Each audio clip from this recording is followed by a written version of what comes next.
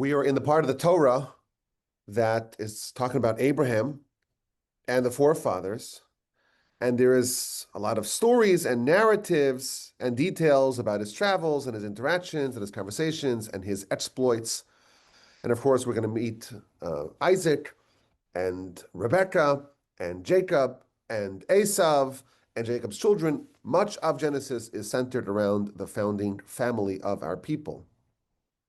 And there's a fascinating curiosity that we find with respect to Abraham and his disciples and his students. Abraham's story began when he was in Haran and he was traveling. God told him, Lech lecha, depart your homeland, the place of your birth, the land of your father, and go to the land that I will show you. Go to the land of Canaan. And Abraham listens. Abraham heeds the prophecy and he begins to travel. And with him, he has a cohort. Who is with him? Of course, his wife, Sarai. She was known as Sarai at the time. She, of course, is Sarah. And his brother-in-law, who's also his nephew, a gentleman by the name of Lot, or Lot. How is Lot/Lot related to Abraham? Well, Abraham had a brother whose name was Haran. And Haran had a son named Lot. And Haran also had a daughter named Sarai/Yiscah.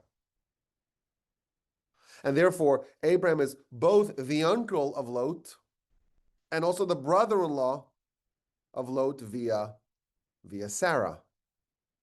And we read a lot about Lot and Abraham. They travel together, and they go throughout the land of Israel together, and they go down to Egypt together, and they emerge from Egypt laden with wealth together. And then they head their separate ways. Lot is drawn to the cities of Sodom and Gomorrah, and he heads there, even though they are sinful and wicked. And Abraham goes away in the other direction. But they meet again because there was this war, and Lot got captured, and Abraham's told about it, and Abraham goes and rescues him. And of course, we meet Lot again when the angels come to overturn the cities of Sodom and Gomorrah, and Lot is spared in the merit of Abraham. But there's a very interesting statement that Abraham tells Lot when they depart. This is in chapter 13 of Genesis, verse 8. There was a scuffle, there was some tension between the shepherds of Abraham and the shepherds of Lot. And Abraham tells Lot, we shouldn't be fighting. There shouldn't be a merivah, a fight between me and you and my shepherds and your shepherds. Ki anoshim achim anachnu, for we are brothers. Now we know Abraham is the uncle of Lot. Abraham is the brother-in-law of Lot. They're not really technically brothers. So what does it mean that Abraham says, Lot, we're brothers? So Rashi explains something very interesting. This is the first curiosity. If you looked at Lot, and you looked at Abraham, and you looked at their countenance, at their visage, they resembled each other. They looked like brothers. And therefore, Abraham is telling Lot, we shouldn't be fighting because we're relatives. We're not just relatives. We're brothers. What does that mean? We are similar. We resemble each other. So it's an interesting curiosity, apparently, that Lot resembled Abraham. They looked like brothers, even though they're part of the same family, but their appearance was even closer than an uncle to a nephew. They were like brothers. Now, Abraham has other interactions. We read about his trusty aide, his right-hand man, the man who he was worried would inherit all of Abraham's estate and legacy. God tells Abraham, don't worry, you have a lot of reward. Scharcha harbe, you have a lot of reward. Anochi magen lach, I'm going to protect you. And Abraham says, this is in chapter 15, I have nothing. All I have is Damesek Eliezer. I have my right-hand man, my aide, my student, my protege, Eliezer. And we read how when Abraham needs to find a spouse for Isaac, And he does not want to take a wife from the accursed Canaanites. And he targets specifically his family who still lives out in the east. And he sends his servant, Hamoshe B'chol Asher Lo, the elder of his house, who is the master of Abraham's entire household. He sends him to go secure a spouse for Isaac. And he makes him swear, don't take a wife from the Canaanites. Go to my family, find a more fitting spouse for Isaac, who will build the next link in this glorious chain. And Eliezer is described as the elder of his house. What does it mean to be the elder of the house? So the Midrash says that when it says that Eliezer is the elder of the house of Abraham, that means, says the Midrash, that Eliezer looked like Abraham. They appeared similar to each other. Their appearance resembled each other. Their countenance mirrored each other. Now, this is already an additional curiosity, because Lot and Abraham, they were at least familially related. But Eliezer was not related at all to Abraham. He was, in fact, a Canaanite himself. So what business does Eliezer have to look like Abraham? But that's what our sages tell us. Zekan Beiso, the elder of his household, what does that mean? It means that they resembled each other. And finally, in Parshas Toldos, after Abraham passes, we read how the Torah is going to tell us the Toldos, the chronicles and the children of Isaac. Isaac, son of Abraham, Avraham holid es Yitzchak. Abraham begot Isaac. So Isaac, son of Abraham, Abraham begot Isaac. There's a redundancy there. If it's Isaac, son of Abraham, certainly Abraham begot Isaac.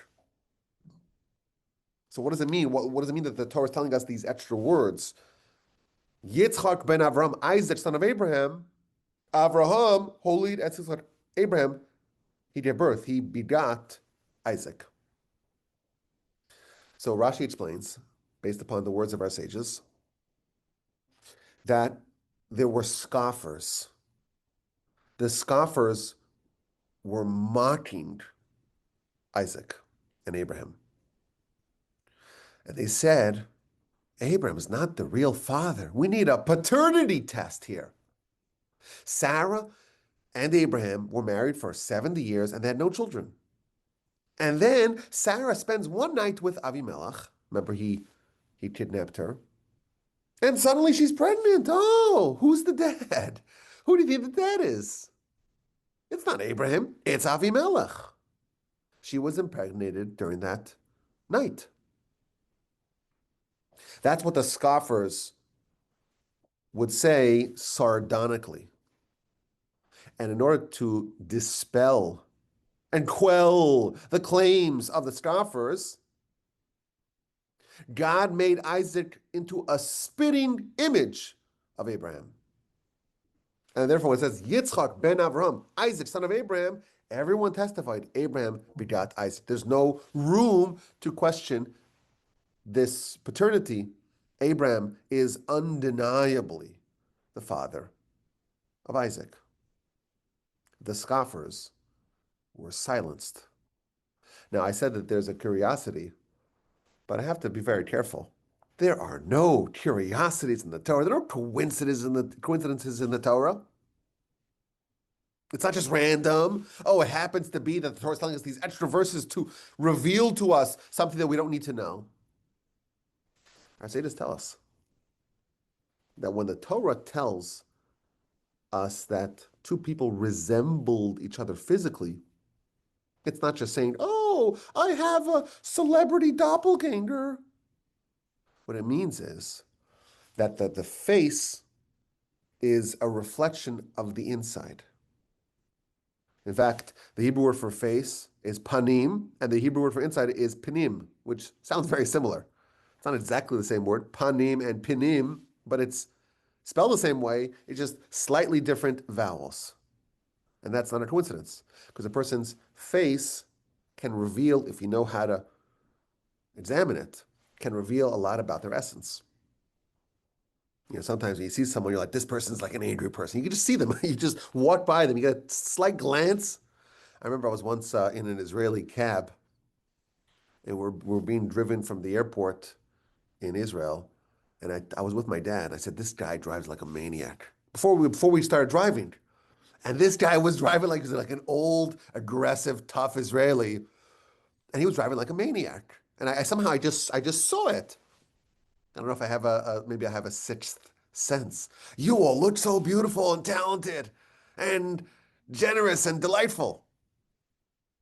But people's face reveal their essence.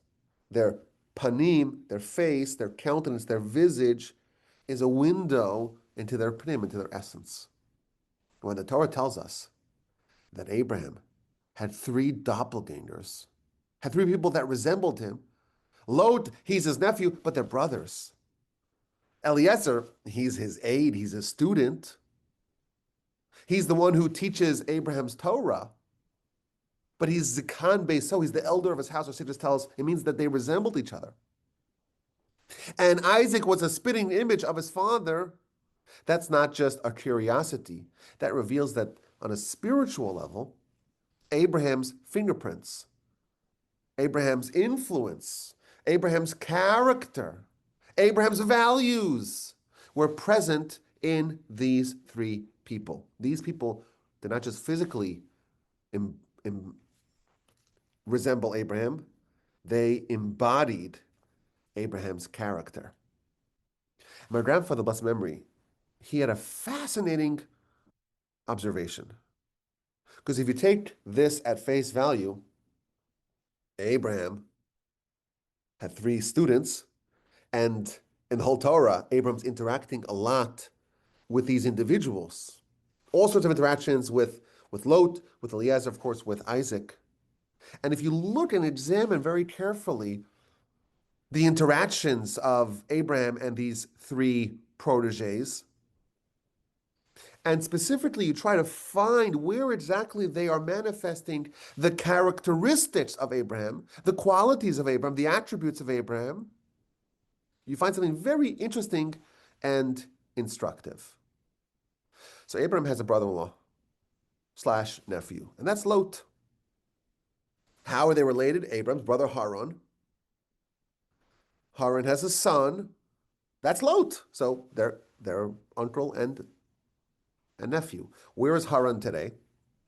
So Haran has a bit of a tragic storyline because Abraham was the one who discovered God. And he preached it and he taught it and he was willing to face the consequences of his iconoclastic beliefs. And his father had him arrested and he was tried and they condemned him to death in a fiery furnace. And the furnace was so hot that anyone who approached the furnace would die. So they would have to sling Abraham into the furnace on a little catapult. And Abraham said, I don't care, I'll die for the truth. Not a question. And Abraham is flung into the fire. And miraculously, Abraham survives. God himself says, I will descend and chill the fire. When people see that, everyone's very impressed. Everyone had come for the public execution of Abraham, but what do you know? He survived. Now in the crowd was Abraham's brother, Haran, Lot's father. And Haran was sympathetic to Abraham and to Abraham's very, very interesting and innovative ideas. It's only one God? All the powers coalesced in one God? Who is invisible, omnipotent, knows everything, omniscient? That's a very creative, interesting, novel, intriguing idea. On the other hand, everyone seems to be doing idolatry. That was our tradition. Everyone's pagans. So he was kind of torn between these two worlds. Is Nimrod the pagan king right? Or is maybe Abraham, the young whippersnapper, the upstart, the maverick? Maybe he's the right one. Maybe his position is true. So he was there and he said, okay, well, let's see what happens. Abraham's flung into the fire. Abraham survives. It's a miracle. And Haran is convinced in the righteousness of Abraham's cause. So he makes an announcement. I'm with Abraham. They put him on the catapult. They fling him into the fire and he gets burned instantly. He dies. He dies in the lifetime of his father, Terach. So Lot is an orphan because his father, Haran, Abraham's brother, died in the aftermath of the miracle that saved Abraham. Abraham was thrown into the fire, he survived. Haran was thrown into the fire and was burnt to a crisp. And Abram's like adopting his nephew, also his brother-in-law. And when he goes to Canaan, they travel together. And then they travel throughout the land, and there's a famine. And Abram descends to Egypt, and Lot joins him. In Egypt, Abram is made very wealthy, as is Lot. And they have so much wealth that they're constantly jostling with each other. These two households are so big, they're bumping into each other. So Abram says, listen, we're brothers. We look the same. We're similar. I don't want to fight with you. We shouldn't be a fight between you and me, between our shepherds. You let's go separate ways. You go to the right, I go to the left. You go to the left, I go to the right. You get to choose. And he, of course, moves to Sodom, even though they were sinful and wicked. Now, chapter 14, there's a war. And Abram is told that Lot was kidnapped. And Abram undertakes a daring rescue mission, and he saves Lot. And he saves the kings of Sodom and Gomorrah. But Lot goes back to Sodom, goes back to Sodom. And Abraham, when he's told by God that those angels masquerading as men are going to overturn the cities of Sodom and Gomorrah, he starts to pray, oh, maybe there's 50 righteous people, maybe there's 45, maybe there's 40, maybe there's 30, 20, 10. He's unsuccessful in saving these cities. But Lot, his nephew, his brother-in-law, his doppelganger, is saved. The angels come to the city, and Lot does this incredible act of kindness, bakes the matzah. The whole mob of the whole city comes and congregates. We want to kill those people. And they're stricken with blindness. Very dramatic story. They pull them in. They want to break the door. Who's with you over here? Let's go. We got to hustle out of the city. Lot, his wife, his two daughters, who are single, flee from the city. His wife turns around, turns into a pillar of salt. Lot survives thanks to Abraham. Sodom and Gomorrah is destroyed. Lot, of course, doesn't go back to Sodom. He's too ashamed, our sages tell us, to rejoin Abraham.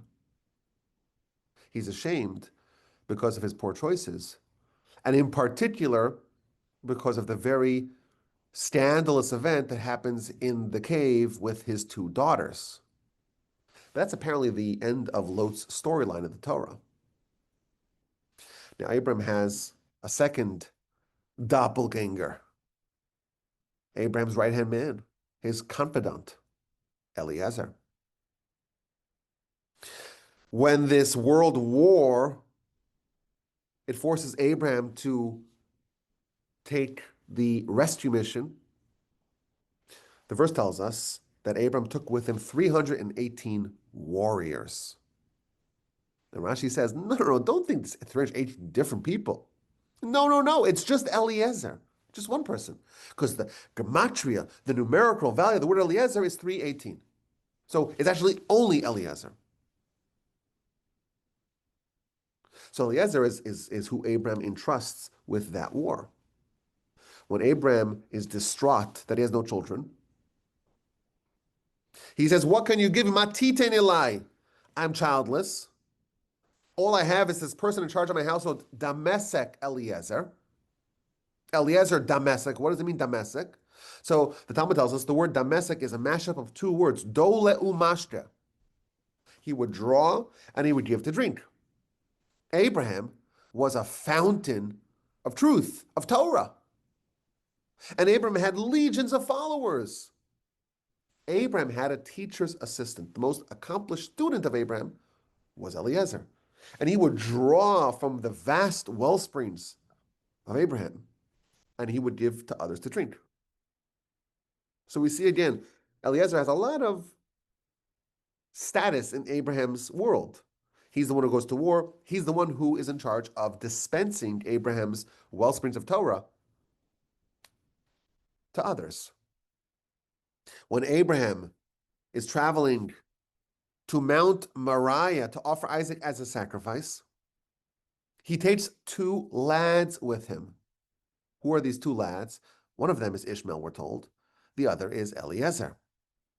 And when it's time to find a spouse for Isaac, the most important mission of the Abrahamic destiny, this will determine the next link in the chain.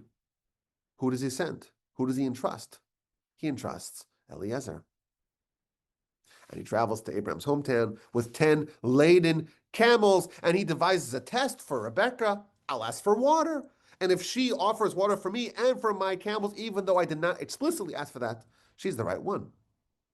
And he negotiates and he finalizes the deal with the family, even though they're negotiating in bad faith, and he brings her back to Isaac. Now, what about Isaac himself? He's, of course, Abraham's son. And God tells Abraham, Ki beyitzchak yitkare lecha zera. With Isaac, within Isaac, you will have your progeny.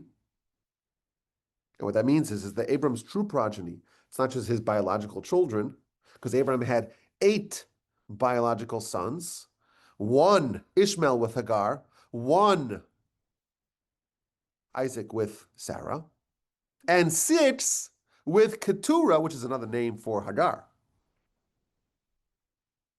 But which one of these is the continuation of Abraham's chain?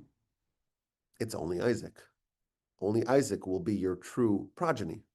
But it doesn't say Isaac, it says Yitzchak within Isaac, meaning that Isaac himself will have 2 sons, and it's Abram, Isaac, Jacob, not Abram, Isaac, Jacob, and Esav. It's only Jacob. And of course, Abraham tends to Isaac. He secures a spouse for Isaac. There's, of course, the dramatic and maybe a bit frightening episode of the binding of Isaac. But we see that Abraham is interacting with all of these 3 people. There are 3 people who are resembling Abraham. They're in Abraham's image. They are emblematic of what Abraham stood for. They have a spiritual resemblance that is manifested by their physical resemblance. And the fascinating observation is that if you look very closely into the character and the behavior of Abraham's 3 primary disciples, it's very easy to find where Lot resembles Abraham and where Eliezer resembles Abraham, but it's very hard to find any influence of Abraham within his son Isaac. Let's take a look.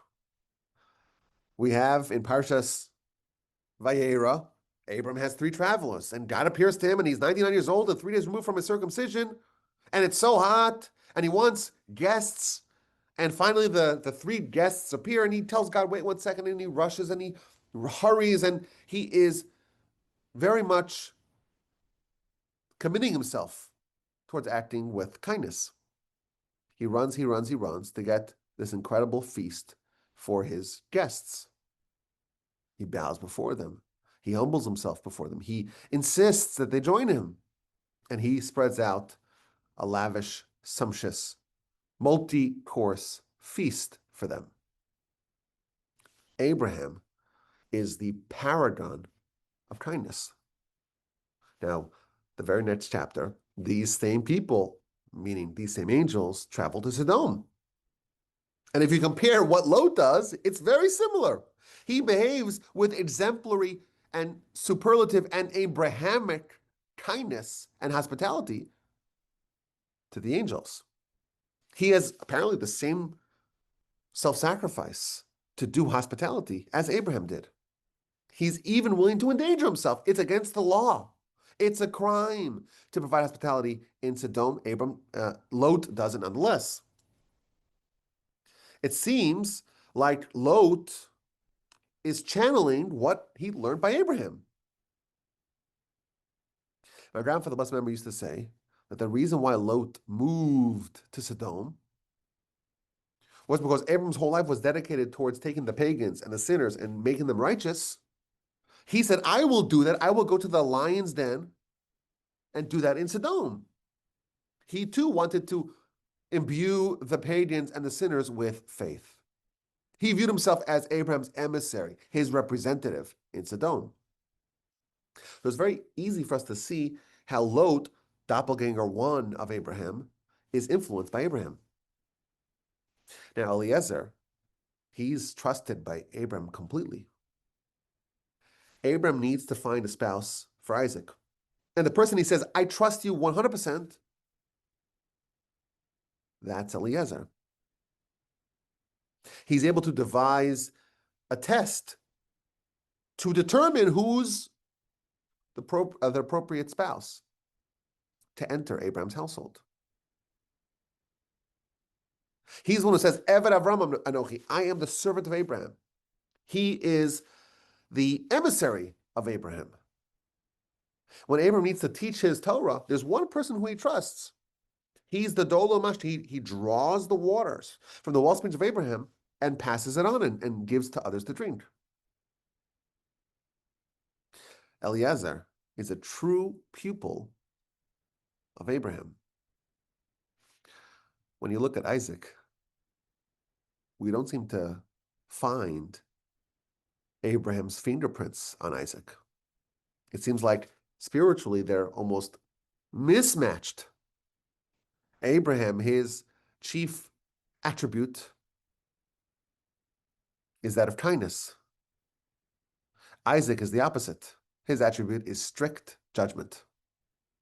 Kindness and judgment are two opposites on the spectrum. Yet somehow, when we need an heir for Isaac, for Abraham, the true successor above anyone else of Abraham is Isaac.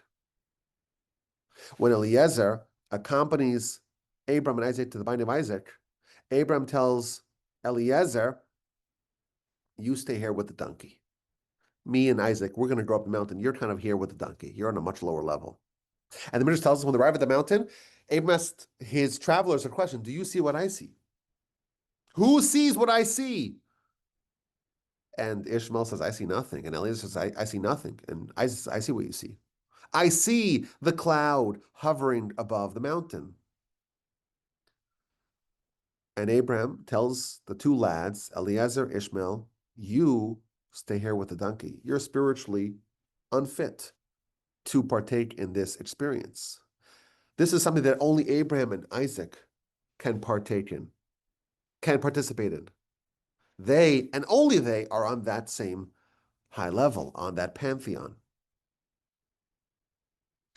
But how is it that Isaac resembles Abraham spiritually?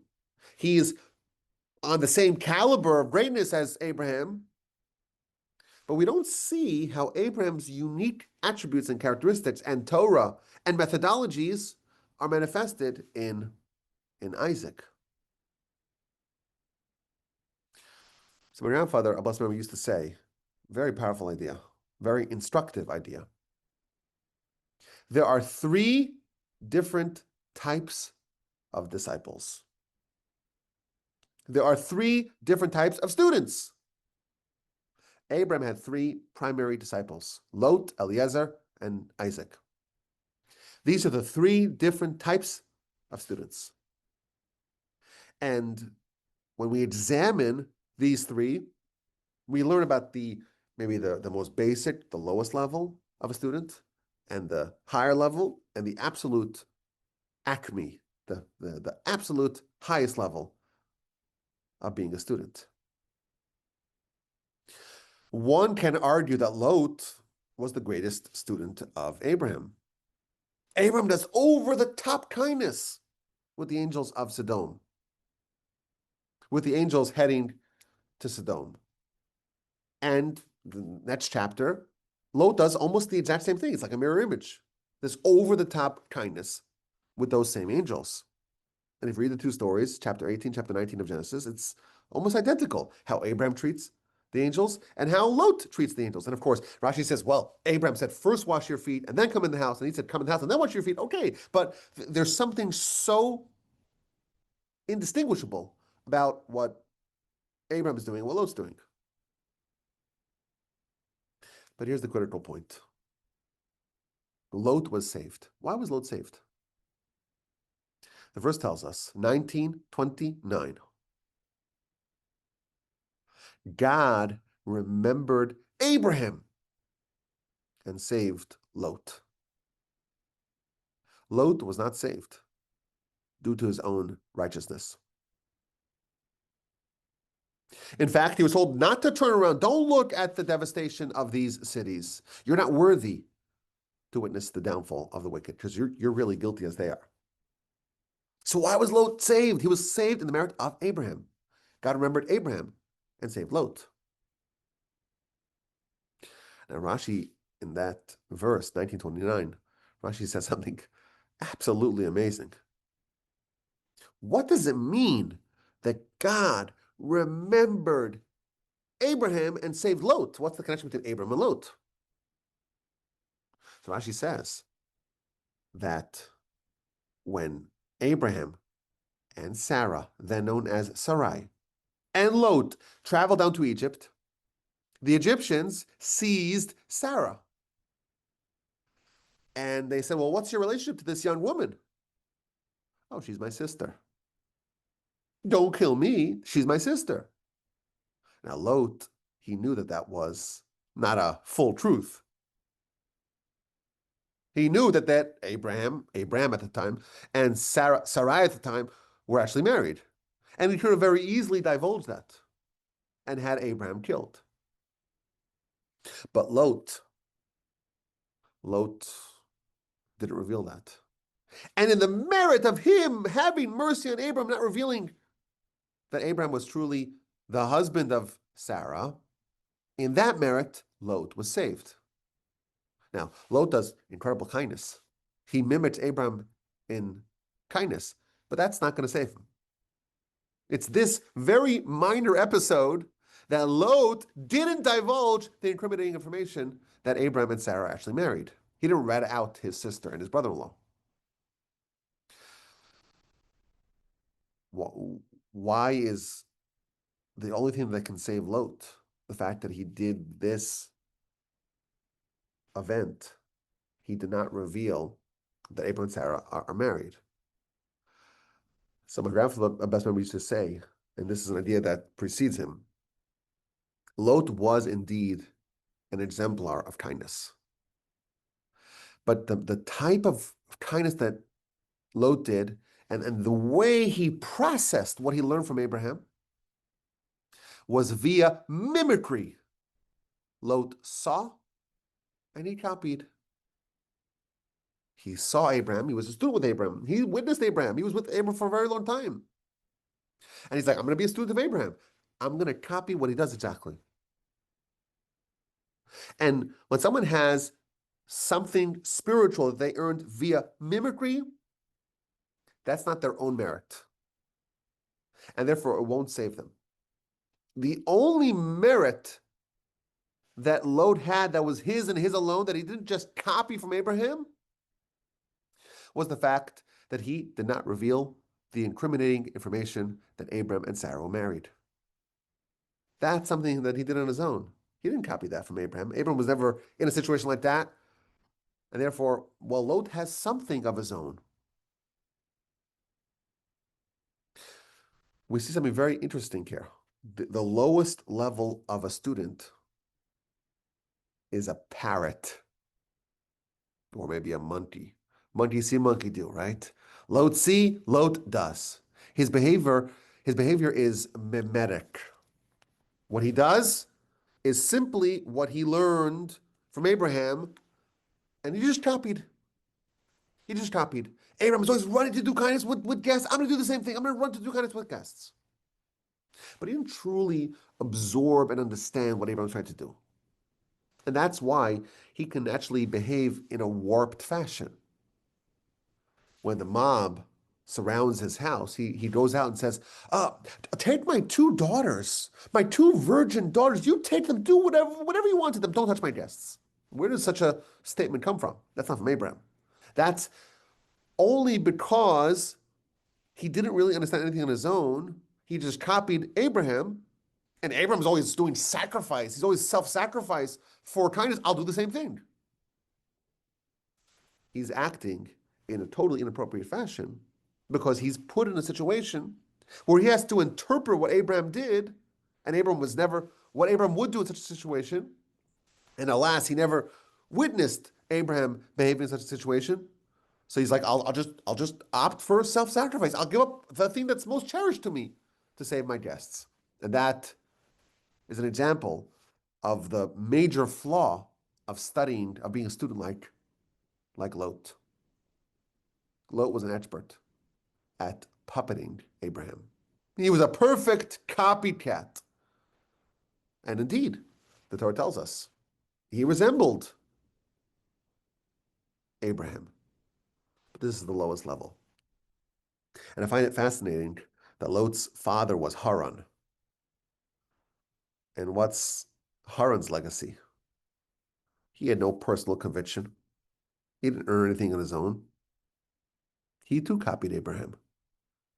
When Abraham was being flung into the fire, he's like, well, I don't know. Who's right? Is this Nimrod right? Are all the pagans right? Or maybe Abraham's right? I'll just wait and see. Abraham is flung into the fire. Fling me too. Copying. Mimicking. Haran mimicked Abraham. Lot is the son of Haran. He too is mimicking Abraham. He's influenced by Abraham. He resembles Abraham, but that's the lowest level. Eliezer, he's a more proper student of Abraham. When Abraham has to teach his Torah to others, what does he do? He appoints Eliezer. He's going to draw from the well springs of Abraham and teach it to others. Abraham was teaching his whole life. He would make platforms upon which he would preach and teach and inform and educate and argue and debate and persuade the pagans to adopt the Almighty God. And people followed him. Abraham, he used the tactic of kindness, of hospitality, to force people or to encourage people to open up their minds and accept the authority, the dominion of God. Abraham had tens of thousands of students. Who was teaching them? Who was the one who was able to adapt Abraham's Torah to every individual? That's Eliezer. Eliezer is not only a student of Abraham and Abraham's Torah, he was a purveyor of Abraham's Torah. Abraham would call out in the name of God. Eliezer would review and instruct all the students. Lot had a very hollow understanding of Abraham. He could maybe repeat verbatim what Abraham would say. He could copy, he could mimic Abraham, but his understanding was empty. Eliezer, he understood the principles of Abraham and Abraham's Torah, not just the surface words. And therefore, he could be the proper teacher. He could extend Abraham's Torah to others.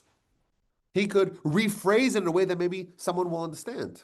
He could draw from Abraham's Torah and give it to others to drink. His grasp of Abraham was so complete that Abraham says, I need to go find a wife for Isaac. I can appoint someone who is a perfect replica of me, who really understands what I stand for and what I'm looking for. He had such a keen understanding of Abraham. He knew precisely how to identify the right candidate to continue the legacy of Abraham. This is a very high level of a student. In the Talmud, we read about someone who, maybe coincidentally, I don't know, someone has the same name as Eliezer. Rabbi Eliezer ben Hyrcanus. This is thousands of years after the original Eliezer. Rabbi Eliezer, son of Hyrcanus. Talmud tells us he never said a Torah thought that he did not hear from his teacher. Never said a Torah thought.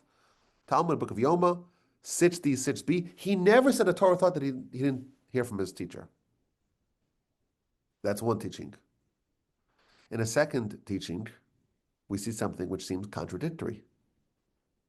He gave novel thoughts and discourses, this is Rabbi Eliezer ben Hyrcanus, that no one ever heard previously.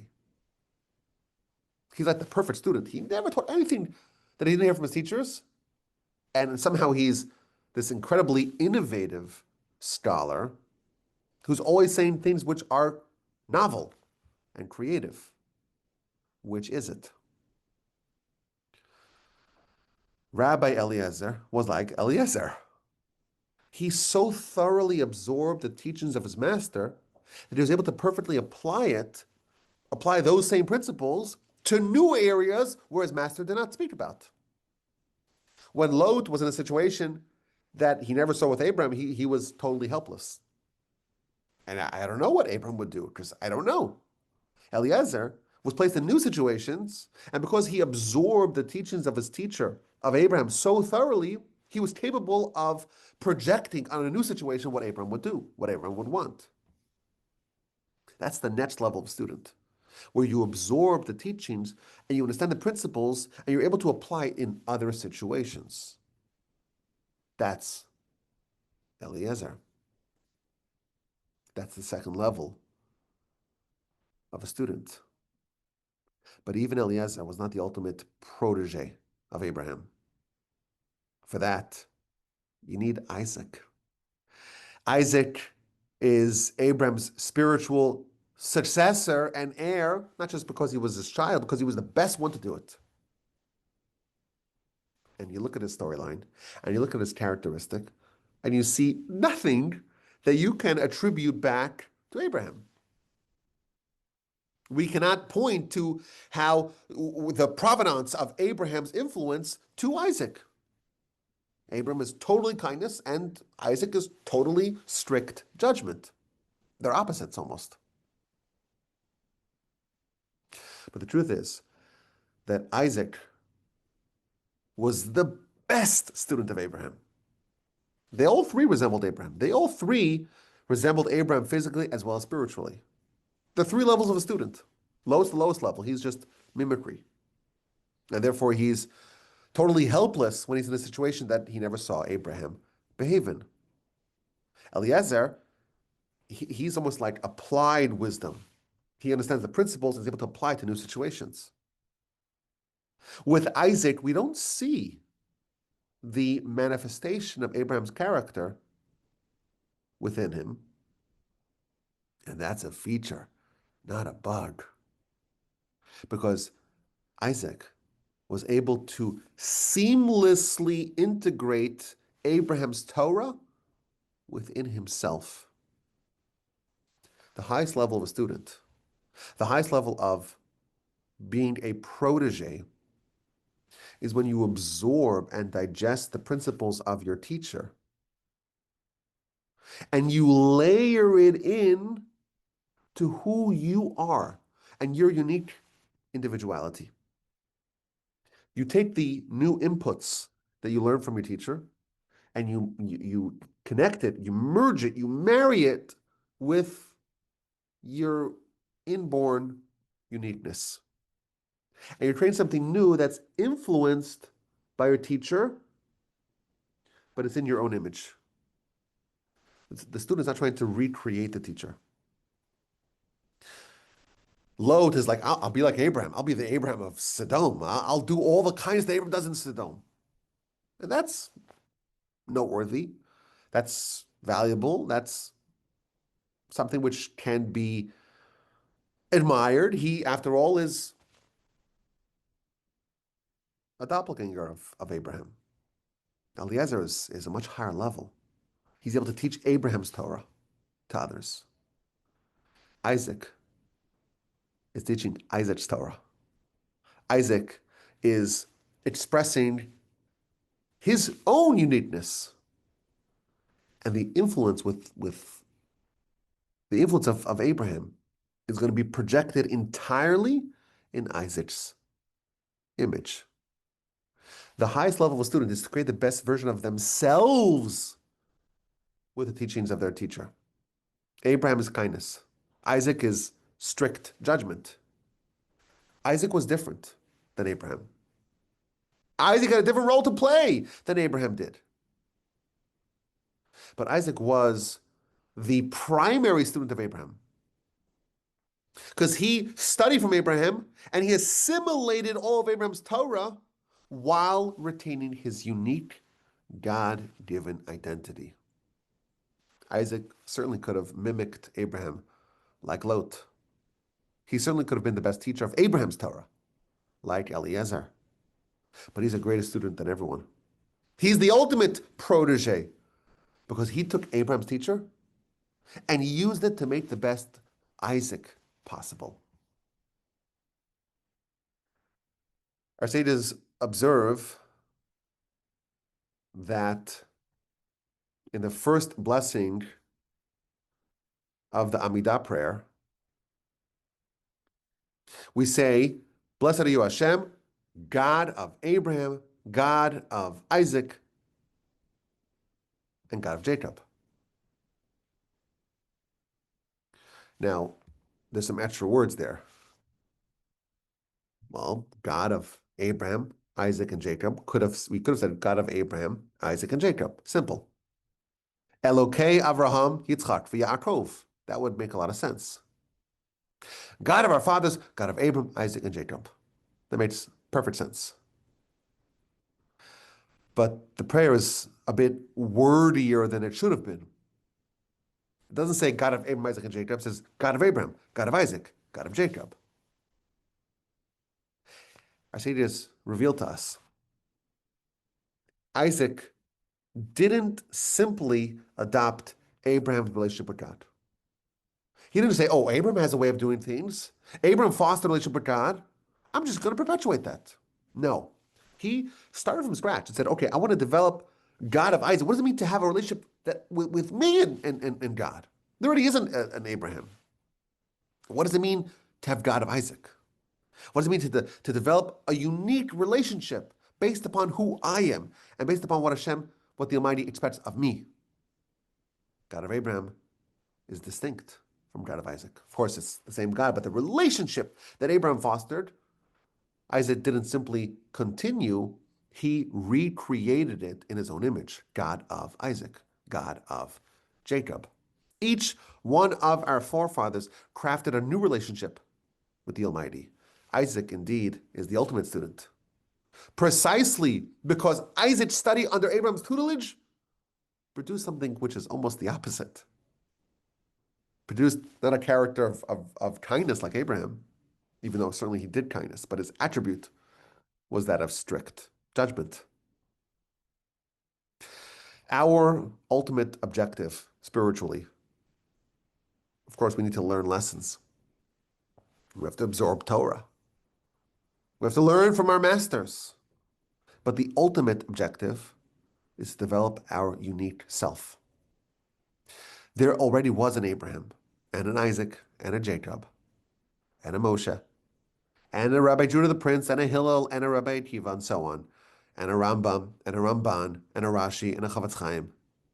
Those roles were fulfilled already. Our objective is to develop ourselves, to make the best version of ourselves, to take all the teachings that we learn and to integrate it within ourselves, to make the best version of ourselves. Lot is he's a perfect mimic. It's not good enough. It's not. Eliezer played a very vital role. He taught the Torah of Abraham to others. The highest level is the recognition that you are unique, and something unique is expected of you. You're a once in history phenomenon. There has not and never will be another person with your exact set of skills and circumstances, and therefore the mind is expecting something unique from you.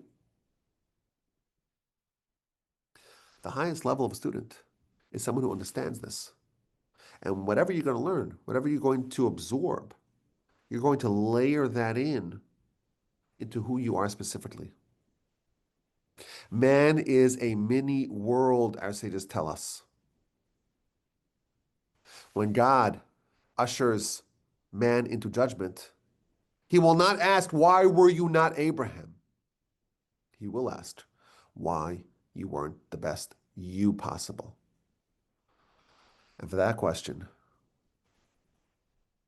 we don't have an answer if we didn't deliver. One of the great Hasidic masters has a line, a prayer along these lines. Master of the world, what can I ask of you? To become like, this is Rabbi Aaron of Karlin. He's the author of this prayer. To become like our forefather Abraham, you already had an Abraham.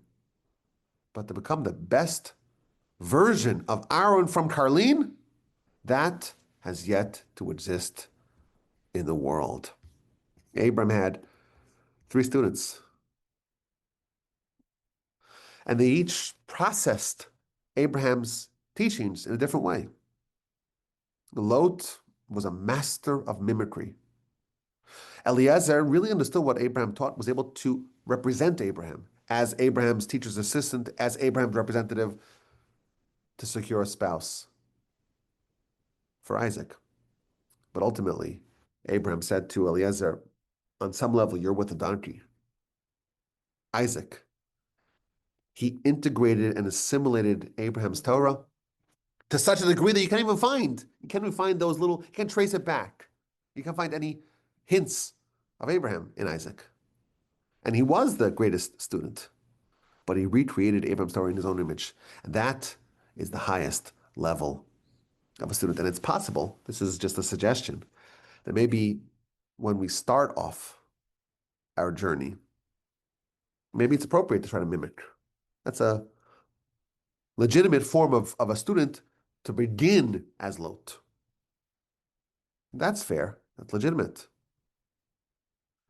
And to progress from a Lot mimicker to someone like Eliezer, we really understand it and can apply it to other situations.